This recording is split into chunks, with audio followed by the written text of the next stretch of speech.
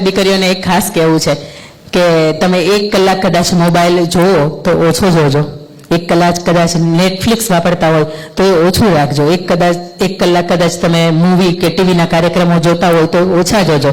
પણ આપણા ઘરની અંદર આપણી માં, બા, દાદા અને વધીને પપ્પા ઓછો સમય આપી શકે, પણ એમની પાસે રોજની અડધી કલાક કે 1 કલાક બેસજો કે જેનાથી એની પાસેથી તમને જે મળે છે. આજ હું આખો દિવસ અલ્પેશભાઈ સાથે ને જે કે સાહેબની સાથે હતી, મને ખબર કે જે તળ ઊંડા હોય ને ઉંમર જેની હોય ને એની પાસે જે ખજાનો ભર્યો હોય ને એ ખજાનો આપણી પાસે તાકાત જ નથી, તમે ગમે ત્યાં લઈ આવો જ નહીં. આજના 12 કેરેટના હોનામાં 24 કેરેટના હોનામાં કંઈક ફેર કે નહીં, આટલો ફેર છે.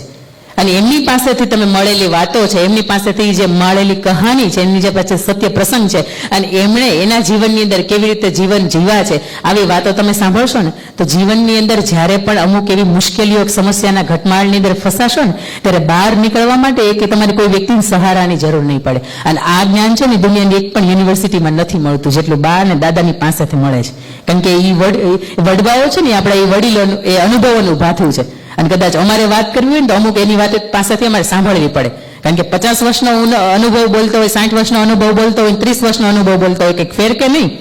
એટલે ખાસ દીકરીઓને કેવું છે રોજની 1 કલાક આપણા બા, દાદા અથવા તો મમ્મીની સાથે તમારે એકલા વિતાવવાની છે, જ્યારે હાથમાં બેમાં મમ્મીને હાથમાં ફોન ન હોય અને આપણે હાથમાં ફોન ન હોય.